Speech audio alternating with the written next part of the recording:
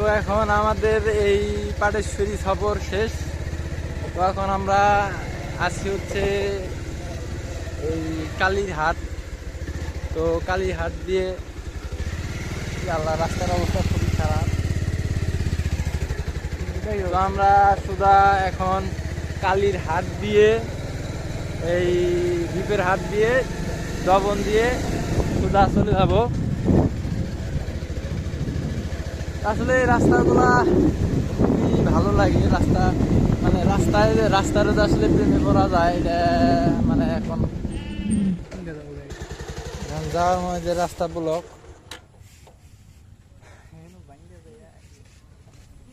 বাধ্য হইয়া এখন এই যে হামলাতে নাকবো, এটার অবস্থা খারাপ।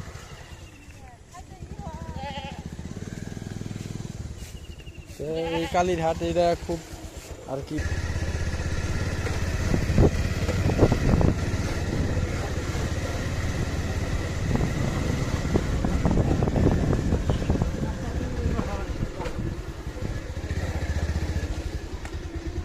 দেখেন কি অবস্থা।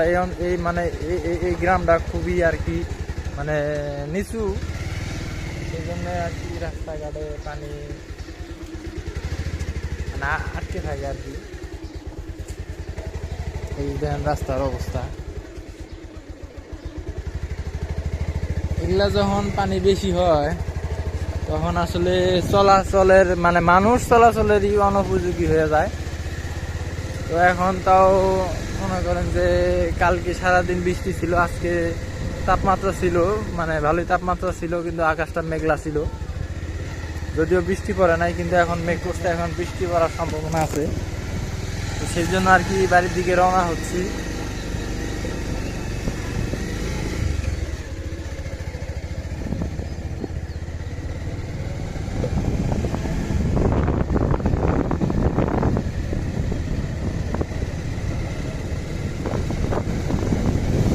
আসলে মোটো ব্লগার মানে হইতে চাইছিলাম, ঠিক আছে, কিন্তু হইল না বেশ কিছু কারণে।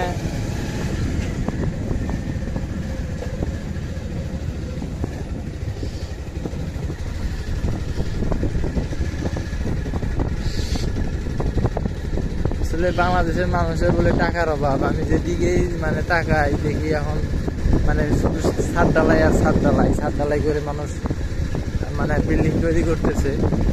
তো বাংলাদেশের আসলে টাকার অভাব নাই, বাংলাদেশের মানুষের টাকার অভাব নাই। দেখেন এই যে এরকম মানে এটা